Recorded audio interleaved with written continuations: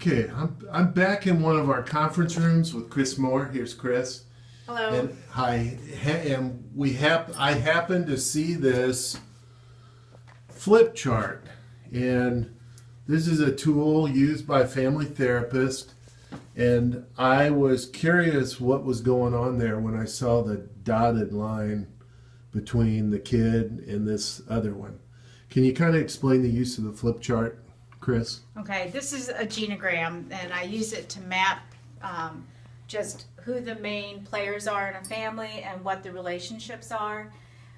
So apparently, here's the identified patient, which means he's the juvenile that brought the whole family in for treatment. And so squares are boys, circles are female. And so it just shows those relationships. So when you start, how do you start it off with a blank slate with a family? Do you have them start with that kid? Or? I start with this kid and the parents. And so this indicates there's a cross here that says 2006. His biological dad is deceased as of 2006. But prior to him being born, to Katrina and him, Dad had another relationship with an older half-sib. And so these breaks show different relationships. So the current family system actually are these people. Okay. That these are step siblings that visit. It's a blended family household. So it makes sense when I'm drawing it. You know, it won't make sense to people who aren't in the room when we're building this. Lots of conflict between the teenager and his stepfather. So, and birth dad's deceased, so I was seeking out who his positive male role model is and who he most closely identifies with. So that's the connection with his 23-year-old uncle. Okay, so that's when you came up from Katrina up to her parents. Yeah, this is his affiliation. Okay, so you drew Tom and Liz, that's Grandma and Grandpa. Right.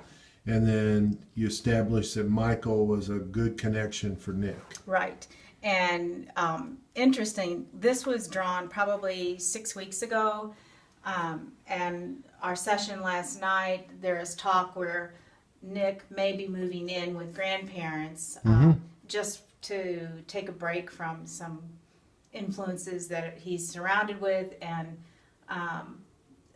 Michael also lives in that home, so it's kind of a reconnect with part of the family he doesn't get to see that often.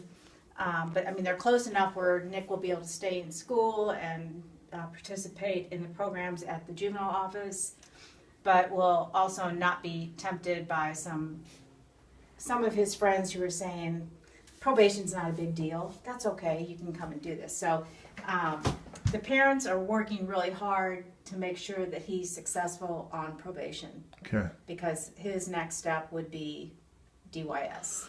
So, right, next step up, and it would be a placement out of home. Right. DYS out of home. It would be residential placement. Treatment.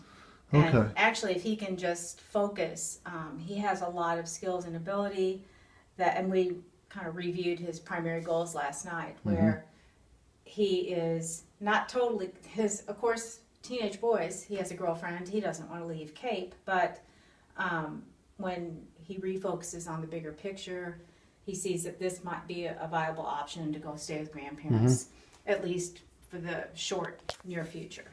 Well, you know how I just walk around the building and look at stuff, and I saw that dotted black line. It's like, all right, Chris is going to have to explain that to me. I didn't know what that was on the chart. So, okay, good. Well, this red line just means that Michael's, even though he's 23, which is not unusual because your 23-year-old students probably still live with the parents.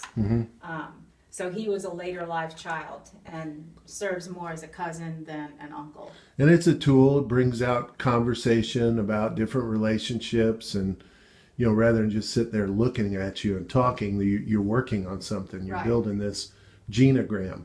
Right. And it keeps it topical because people say, oh yeah, what about so-and-so's kids? And so it brings other people up.